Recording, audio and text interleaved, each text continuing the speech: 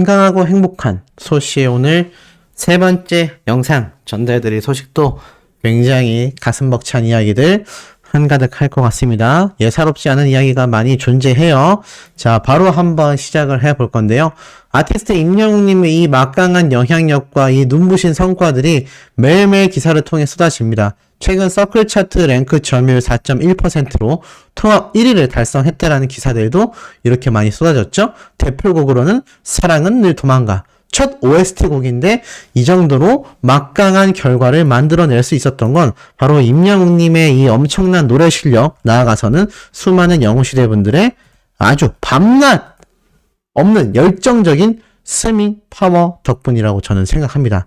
자, 이런 스밍 파워가 있었기 때문에 아티스트 임영웅님의 이 전무후무한 기록들이 끊임없이 계속하여 쏟아지고 있다라고 말씀드려도 과언이 아니죠. 자, 그런데 자, 이런 가운데 또 이런 말이 있어요. 지금 보면은 이런 임영웅님의 엄청난 파워에도 불구하고 자, 최근 공개됐던 이 음원 수익 있지 않습니까? 뭐 PD수첩에서 이야기했던 바로 이 음원 수익, 이 일반인들 음원 수익에 대한 시각을 고려해 보면요, 잘 모를 수 있는데 지금 자세히 보면 이런 말이 있습니다. 월에 3, 40억을 번다? 제가 그때 이런 말씀을 분명히 드렸죠. 이게 다 우리 아티스트 임영웅님에게 돌아가는 수익이 아니다. 근데 이제 이거에 대해서 메일로 질문을 주신 몇 분이 계세요. 그러면 도대체 우리 임영웅님에겐 돈이 얼마가 돌아가는 거냐? 한 달에 3, 40억씩 번다라고 했는데 PD수첩이 거짓말을 한 거냐? 그게 아니라면 임영웅님의 수익을 누가 중간에 빼돌리는 거냐?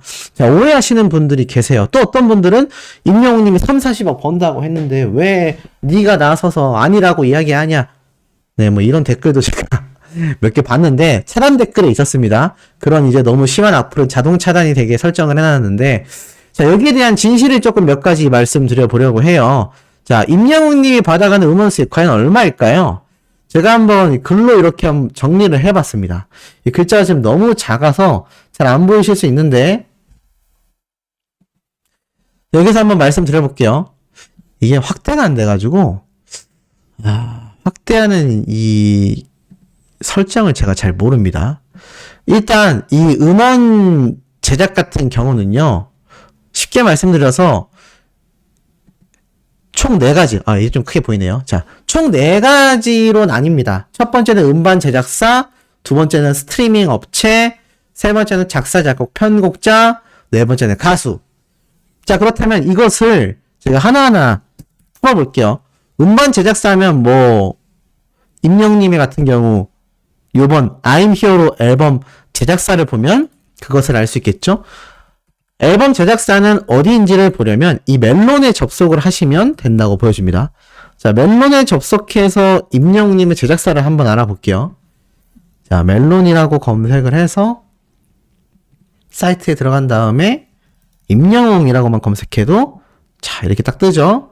자, 여기에서 앨범을 딱 클릭하면 자, 더블 싱글 앨범과 I'm Here 앨범 둘 다 등장합니다. 근데 이 더블 싱글 앨범 같은 경우는 발매된 지 그렇게 오랜 시간이 흐르지 않았기 때문에 조금 다르지만 하나씩 볼게요. 지금 보면은 I'm Here로 정규 앨범 같은 경우 자, 발매사가 드리머스라고 되어 있습니다.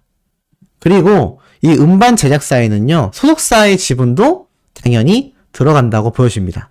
그러면 아까 앞에 말씀드렸던 가장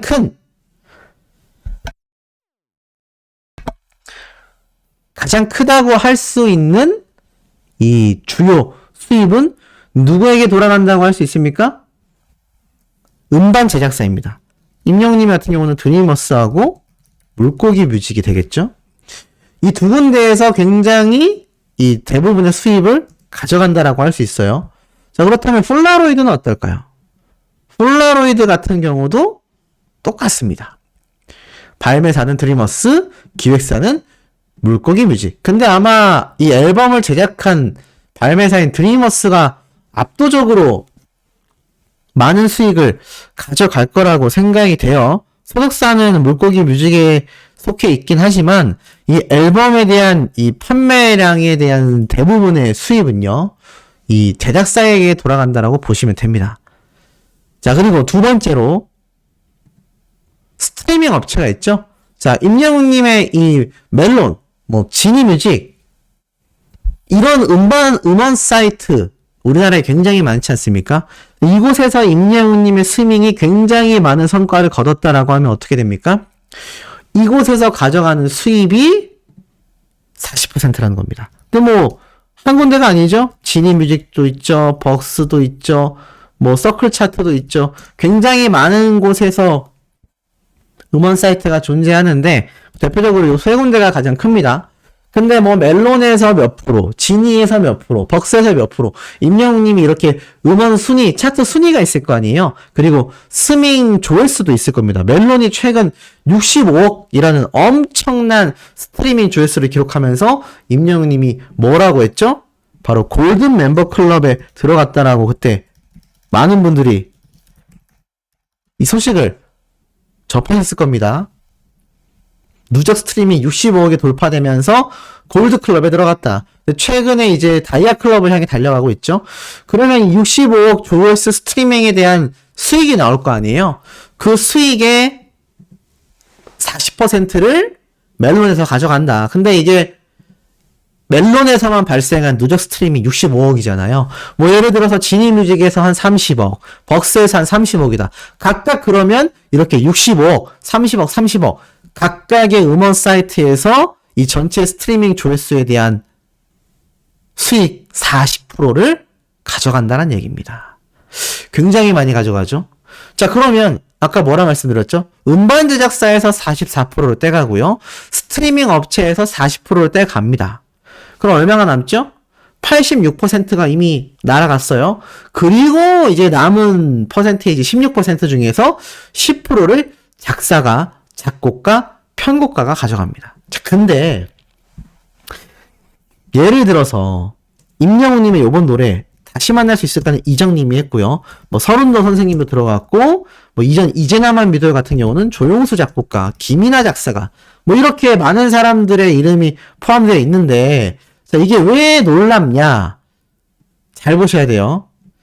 지금 이 서른도 선생님도 그렇지만 특히 조용수 작곡가나 김이나 작사가는 어떻죠? 제가 여러 번 말씀드렸습니다. 조용수 작곡가는 이제 나만 믿어요 노래가 엄청난 저작권료를 발생시키면서 그 히트곡 수입으로만 시그니엘 입주를 할 수 있다. 롯데타워를 입주할 수 있다고 했어요. 롯데타워가요. 월세로 들어가도 한 달에 2, 3천만 원을 내야 하고요. 월세가. 매입을 하려면 80억에서 100억 정도의 단위가 시작합니다. 근데 다른 수입이 아니라 임영웅의 히트곡 수입으로 롯데타워에 들어갈 수 있냐? 그랬더니 당장은 아니지만 앞으로는 갈 수 있을 것 같다라고 얘기를 했어요. 그러니 앞으로 이 80억이 넘는 금액을 임영웅님의 히트곡인 이제 나만 믿어요 한 곡만으로 벌어들인 수입으로 가능할 수 있다는 겁니다. 딱 절반 잘라서 지금은 못 가고 나중에 간다고 했으니까 이 80억 중에서 절반인 40억을 벌었다라고 가정해 보겠습니다. 그럼 어떻게 되죠? 임영웅님의 이제 나만 믿어요 수입의 10%를 가져가는 조용수 작곡가. 근데 이거를 혼자 10%를 다 가져가냐? 아니죠. 김이나 작사가도 뭐라고 했습니까? 임영웅님에게 압도적인 감사함을 느낀다라고 했어요. 왜냐하면 임영웅님의 이 노래 저작권료로 엄청난 수익을 벌고 있다라고 말했기 때문입니다.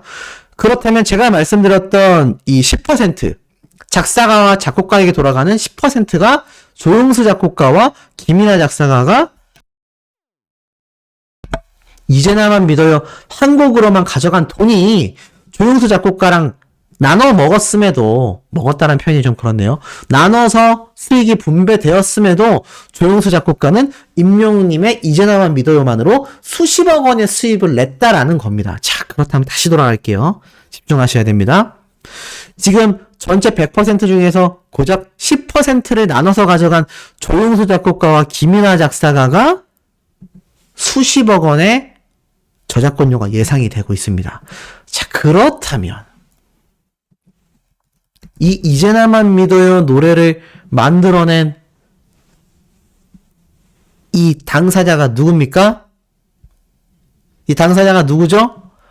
바로 이 미스터 트롯을 만들어낸 TV조선이 가져가는 금액도 어마무시하겠다. 나아가서 어떻죠?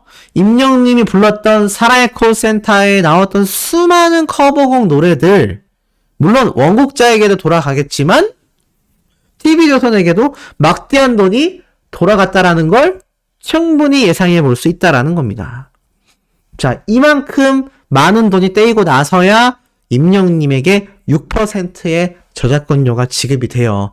그러니까 쉽게 말해서 100억을 벌게 되면 임영님은 이 중에서 6%인 6억의 저작권료를 받게 된다는 겁니다. 그러면 30억을 매달 벌어들인다라고 PD수첩에서 공개를 했는데 여기에 6%니까는 얼마죠? 매달 1억 8천만 원의 돈을 임영웅님이 받아가는 수준이다 라고 예상해 볼 수 있습니다. 근데 1억 8천이면 거의 한 달에 2억이잖아요. 그럼 이거를 1년으로 환산했을 때 돈이 어떻게 됩니까? 1년 임영웅님의 저작권 수입료가 어떻게 되죠? 최소 20억 이상이다. 근데 이 수입이 지금 임영웅님의 1년간의 수입이잖아요. 물론 이게 크다면 굉장히 큰 돈이지만 만약에 6%가 아니라 이 30억에 지금 44%를 가져가는 이 음반 제작사의 입장에서 보면요. 얼마니까 이게 거의 뭐 한 13억 정도 되겠네요. 이게 월 단위예요. 월 단위 수익입니다.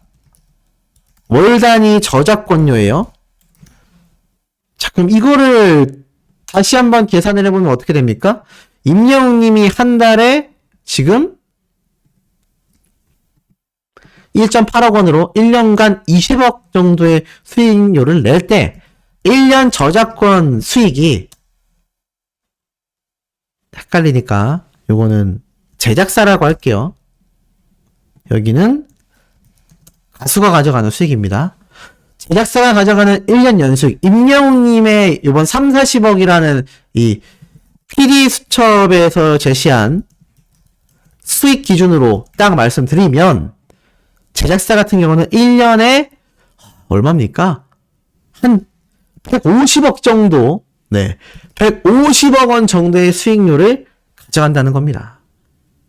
이러니 임영웅님이 막대한 수입을 번 것도 사실이지만 사실 이게 제작사가 대단해서 스트리밍 업체가 엄청나서 이것은 아니잖아요. 지금 임영웅님의 노래를 일반 대중들도 많이 듣게 되는 이유는 바로 수많은 영웅시대 분들의 엄청난 스밍 파워 덕분입니다. 이 스밍 파워가 있었기 때문에 임영웅님의 노래가 멜론 차트를 석권할 수 있었고, 그러다 보니 어떻죠? 일반인들이 랜덤 재생을 해서 차트별로 나와 있는 노래를 들어도 임영웅님의 노래가 재생되는 거예요. 결국 이 기사에 나왔던 임영웅님의 65억 스트리밍은요, 다 영웅시대 분들의 지분이 거의 한 90% 이상이란 얘기입니다. 그럼 이게 음반 제작사가 여기구나. 이 대단한 음반 제작사가 만들어줘서 우리가 가수 임영웅의 노래를 들어야 되겠다 라고 생각하지는 않았다라는 거죠. 그렇지 않습니까? 그러다 보니 결국에는 많은 분들이 PD수첩에서 나온 내용이 이거 너무 왜곡된 거 아니냐, 마치 가수 임영웅이 3, 40억을 벌어들이는 것처럼 말하지 않냐. 그래서 소시는 썸네일에 임영웅님의 음원 수익이 뭐 수십억, 3, 40억이다 라고 말하지는 않았습니다. 다만 임영웅님의 이 음원 수익을 PD수첩에서 대대적으로 공개했다 라고 말을 한 것이죠.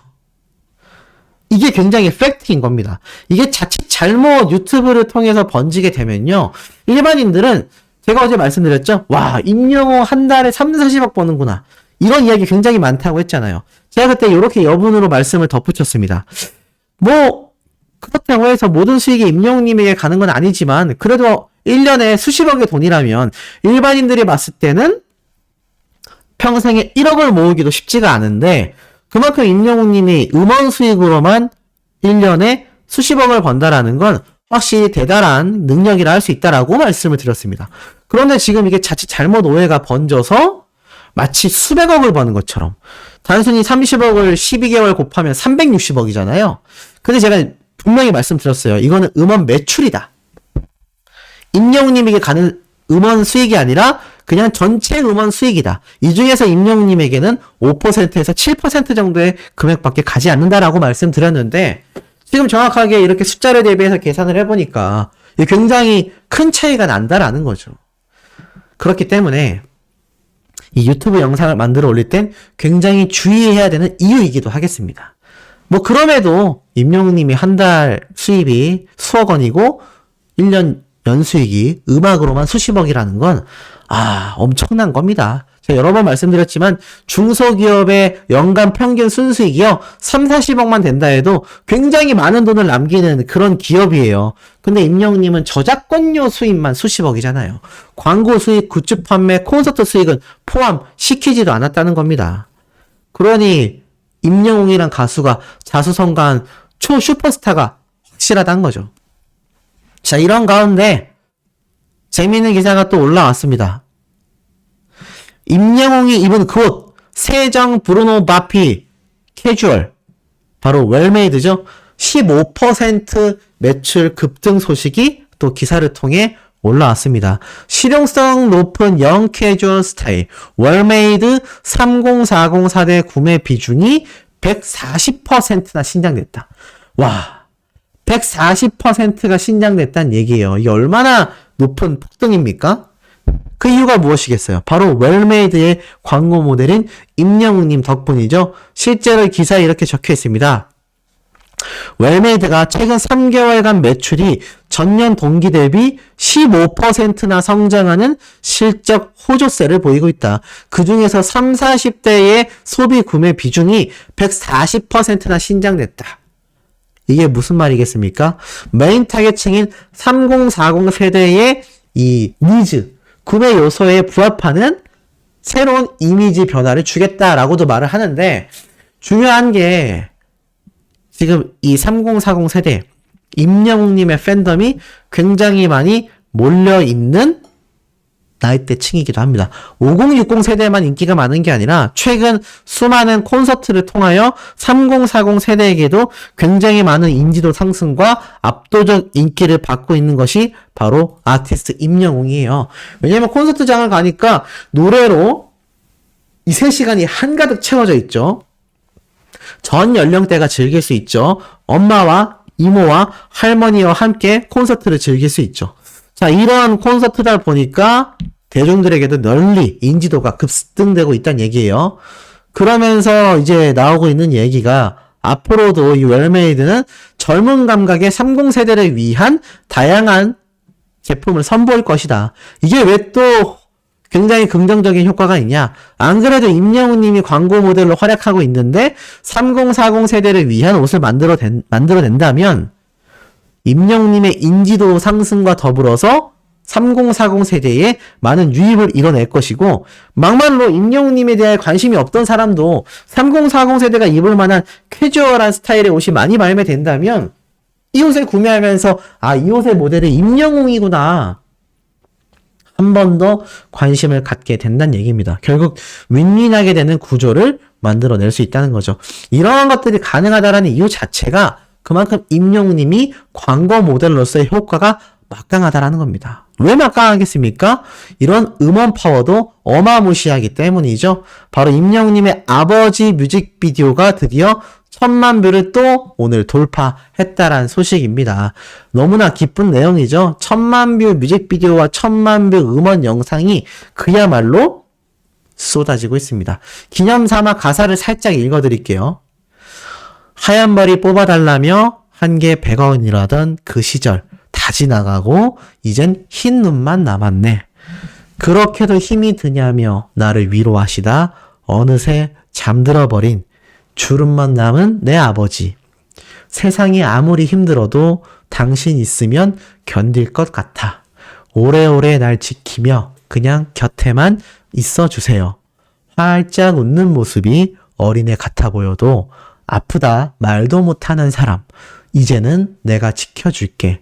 어린아이로 돌아가 버린 사랑하는 내 아버지. 오래오래 날 지키며 그냥 곁에만 있어주세요.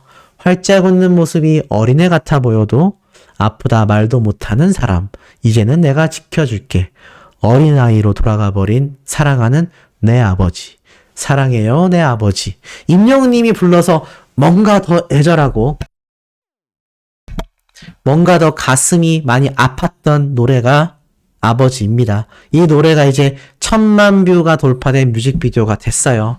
자, 이렇게 엄청난 영향력을 행사하고 있다 보니 앞에 말씀드렸던 임영웅님의 막강한 영향력 당연할 수밖에 없을 겁니다. 자, 그런데 최근 이 엄청난 임영웅님에 대한 이야기가 이찬원님의 입을 통하여 쏟아졌어요. 무슨 말인가 하고 봤더니 이찬원님이 이제 정규 1집 앨범을 공개한다라고 하는데 여기까지만 말씀드리면 또 몇몇 분들이 이찬원님 이야기 듣고 싶지 않아요. 타가수 이야기 듣고 싶지 않아요 할 텐데 임영웅님의 이야기가 나왔기 때문입니다. 자, 이찬원님이 1집 앨범을 발매하면서 자, 첫 정규 앨범을 앞두고 옥탑방의 문제아들 방송 프로그램 KBS 공중파 예능 방송이죠. 이곳에 출격한다라고 적혀져 있습니다. 그런데 이때 무슨 말을 하냐? 이때 자신의 타이틀곡을 선보이면서 이렇게 적혀 있어요. 임영웅, 영탁, 장민호, 정동원 등 미스터 트롯 6인방의 트로트 계보까지 공개했다라는 후문이 들려온다. 자, 옥탑방의 문제아들 KBS 공중파 예능 방송에 이찬원님이 등장하여서 임영웅님과 탑6의 트로트 계보에 대한 이야기를 공개했다는 얘기입니다. 정확하게 뭔 얘기인지는 모르겠지만 어찌됐건 임영웅님과 탑6에 대한 이야기를 이찬원님이 쏟아내게 될 것 같아요. 중요한 건 뭐 이었기 때문에 본방사수를 해야 된다 이런 건 결코 절대 아닙니다. 다만 이찬원님과 임영웅님에 대한 이야기를 하나 더 해드리려고 해요. 이게 무엇이냐? 이런 기사가 작년에 올라왔거든요. 이찬원, 임영웅과 불화설, 듀엣 통편집. 이게 무슨 말일까요? 자, 보니까 이찬원님이 8월달에 이러한 말을 했어요. 쭉 기사를 읽어드릴게요. 인기가 많아지면 잡음이 생기기 마련이다. 가수 이찬원이 자신을 둘러싼 논란에 골머리를 앓고 있다라고 적혀져 있어요. 자, 자신의 고민거리를 이날 JTBC 톡파원 25시에 출연하여 토로하게 됩니다. 그러면서 뭐 자신이 돈을 빌렸다 뭐 이런 얘기가 나와서 엄마가 너무 놀라서 연락이 왔다. 고령의 어르신들은 보시고 진짜 믿을 수 있지 않냐 라고 이야기를 하면서 임영웅님과에 대한 이야기도 함께 나옵니다. 또 심지어 전현무 씨가 임영웅과 싸운 적은 없냐라고 질문하자 없다. 그런데도 사람들이 그렇게 다퉜다는 걸로 알고 있더라라고 이야기를 합니다. 이게 무슨 말이냐? 이게 무슨 말이냐면 그만큼 가짜뉴스로 인하여 이찬원님과 임영웅님에 대한 사이가 굉장히 갈라서기가 되고 있다는 얘기예요. 예전 뽕숭악당한 방송을 보면서 이찬원님이 예능이니까 막 툭툭 던졌던 멘트들을 불편해하시는 영웅시대 분들이 계셨습니다. 하지만 그게 오해라는 걸 많은 분들이 나중에 알게 되기도 했어요. 근데 이게 가짜뉴스를 통해서 어르신들의 경우는 그 뉴스 영상으로만 접하다 보니까 이찬원님의 어머니도 오죽했으면 이거 너 정말 돈 빌렸냐 이런 이야기가 나온 거 아니겠습니까? 그런데 친모인 어머님도 이찬원님에게 가짜뉴스를 보고 질문을 할 정도인데 일반 어르신들이 유튜브로만 임영웅님과 이찬원님이 크게 다퉜다라는 가짜뉴스를 보면 이거 어떻게 인식되겠어요? 아, 싸웠구나. 네, 이찬원 평소에 저럴 줄 알았는데 우리 영웅이한테 저렇게 못되게 이런 이야기가 번진다는 얘기입니다. 이런 가짜뉴스가 제가 여러 번 말씀드렸죠. 교묘하게 진화해서 이제는 단순히 다퉜다라는 것만이 아니라 굉장히 좋은 이야기에도 나와요. 막 임영웅님이 수백억을 기부했다라는 둥, 어머님을 끌어안고 울었다. 뭐 무슨 방송 프로그램 출연 제의를 거절한 이유가 어머님의 건강 때문이다. 제가 막 하루에도 정말 별의별 가짜뉴스를 다 보거든요. 그러다 보니 한간에는 임영웅님과 불화설이 돌았다라는 이야기까지 흘러나올 정도였다라는 겁니다. 그렇기 때문에 제가 앞선 영상에서도 말을 했다시피 정말 우리 영웅시대 분들이 안표파리에도 조심해야 하고요. 이 가짜뉴스에도 조심해야 하고요. 조심해야 될 것이 한두 가지가 아닌 겁니다. 적어도 소시의 영상을 매일 챙겨보신다면 이런 이야기들을 제가 여러 번 말씀드릴 테니까 다른 채널의 영상들도 함께 보시는 분들조차 소시의 영상을 꼭 이 리스트에 넣으셔서 영상을 시청하시다 보면 뭐가 가짜고 뭐가 진짜인지에 대한 이야기 정도는 좀 쉽게 구분하시게 되지 않을까 싶습니다. 그런 내용이 제가 아까 앞에 말씀드렸던 임영웅님의 음원 수익에 대한 과정 부분까지 다 마찬가지가 아닐까라는 생각을 해봅니다. 자, 임영웅님에 대한 소식은요, 오늘 여기서 끝이 아닙니다. 제가 말씀드린 것처럼 마지막 4번째 영상으로도 아주 팩트를 담은 이야기를 쏟아낼 예정이니까요. 구독, 좋아요, 알림 설정, 스밍, 투표 활동과 저희 어머님의 영상 시청, 좋아요, 댓글까지 함께 부탁드리면서 우리 다음 영상에서 금방 만나요.